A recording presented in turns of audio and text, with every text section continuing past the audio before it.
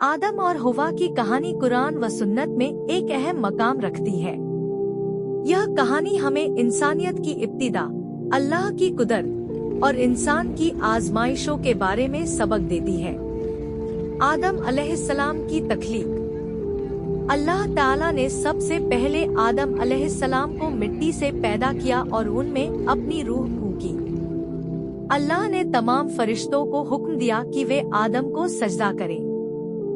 तमाम फरिश्तों ने अल्लाह के हुक्म की तामील की, लेकिन इब्लीस, शैतान, जो जिन्नात में से था, उसने तकब्बुर की वजह से इनकार कर दिया। उसने कहा, मैं आग से पैदा हुआ हूँ और आदम मिट्टी से, लिहाजा मैं बेहतर हूँ। उसकी नाफरमानी की वजह से अल्लाह ने उसे अपनी रहमत से निकाल दिया और क़यामत तक के लिए मलून करार दिया। जन्नत में रहाइश। अल्लाह ताला ने आदम अलैहिस्सलाम को जन्नत में रहने के लिए जगह दी और उनके लिए तमाम नेमतें मुहैया की। बाद में अल्लाह ने आदम की तन्हाई दूर करने के लिए उनकी पसली से हव्वा को पैदा किया। दोनों को जन्नत में आजादाना रहने की इजाजत दी, लेकिन एक दरख्त के करीब जाने से मना किया। शैतान का वसवसा। शैतान, जो पहले ही आदम अलैहिस्सलाम से हसद करता था, उसने उनके दिल में वसवसा डाला और कहा कि अगर वे इस दरख्त का फल खाएंगे तो हमेशा के लिए जिंदा हो जाएंगे या फरिश्ते बन जाएंगे। आदम और हव्वा शैतान के फ़रेब में आ गए और दरख्त का फल खा लिया।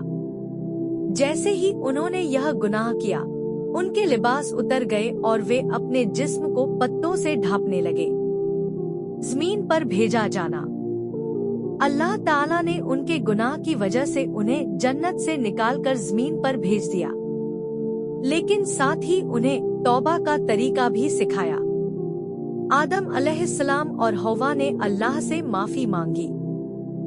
हमारे रब, हमने अपनी जानों पर जुल्म किया।